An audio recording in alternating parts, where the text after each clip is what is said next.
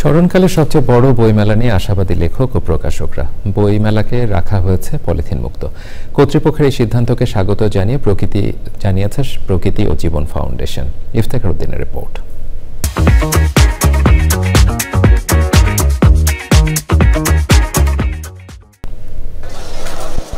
অমর একুশে বইমেলা প্রথম দিনেই পরিণত হয় লেখক, পাঠক ও প্রকাশকদের মিলন মেলায়। মেলায় এসেছে কবিতা, গল্প, উপন্যাস ছাড়াও শিশুতোষ নতুন বই। শিশু কিশোররা এই বই পড়ে যে মজা পাবে, সমানভাবে বড়রাও এর থেকে রসাস্বাদন করতে পারবে।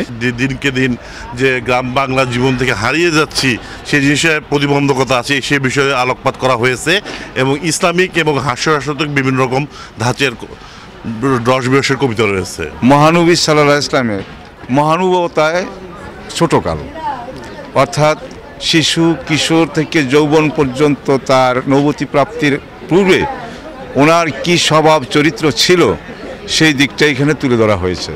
গল্পের বই এসছে পাথরে ফোটাবো ফুল চিরদিন প্রকাশনা থেকে, বিন্দু বিন্দু জলকণা বিটস অফ ড্রপস, যে বইটি আমি কানাডায় এডমন্টন পাবলিক লাইব্রেরিতে দিয়ে এসেছি। প্রকাশকদের আশা এবারের বইমেলা আক্ষরিক অর্থেই সফল হবে। ধারণ করেছিলাম এই সমস্ত প্রকাশকরা আমরা খুব কোণঠাসা হয়ে মধ্যে ছিলাম।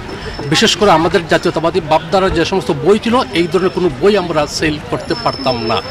উল্লেখযোগ্য বইয়ের মধ্যে নোবেল বিজয়ী ডক্টর মোহাম্মদ ইউনূস, তারপরে উপমহাদেশের রাজনৈতিক সন্ত্রাস বাংলাদেশ প্রেক্ষিত, এটা হলো ব্রিগেডিয়ার সাকাওয়াত হোসেন লেখা, জন্মজয়ন্ত শহীদ জিয়া, বিপ্লব ফারুক, জেল হত্যা মামলা শাহ মোয়াজ্জেম হোসেন। বইমেলায় 998 ও 959 নম্বরে থাকছে প্রকৃতি ও জীবন ফাউন্ডেশনের স্টল। মেলা প্রাঙ্গণ পলিথিন মুক্ত রাখার সিদ্ধান্তকে স্বাগত জানান ফাউন্ডেশনের চেয়ারম্যান। পলিথিন একটা কিন্তু এমন একটি পদার্থ যেটা আমাদের জীবনকে দুর্বিষহ করে ফেলছে, আমাদের মাটিকে নষ্ট করে ফেলছে, আমাদের নদীকে নষ্ট করে ফেলছে, আমাদের এই যে নানা ধরনের পরিবেশের যত রকমের দুর্যোগ আমরা বলি, সেই পলিথিন, প্লাস্টিকের বোতল, চিপসের প্যাকেট সব কিছু মিলিয়ে কিন্তু আমরা কিন্তু একটা বিশাল একটা আমি বলবো দুর্যোগের মধ্যে আছি এই পলিথিনের কারণে। তো পলিথিন যে নিষিদ্ধ হয়েছে সেটা আমি বলবো খুবই একটা ভালো পদক্ষেপ, তবে এটাকে ধরে রাখতে হবে, মানুষকে সচেতন করতে হবে।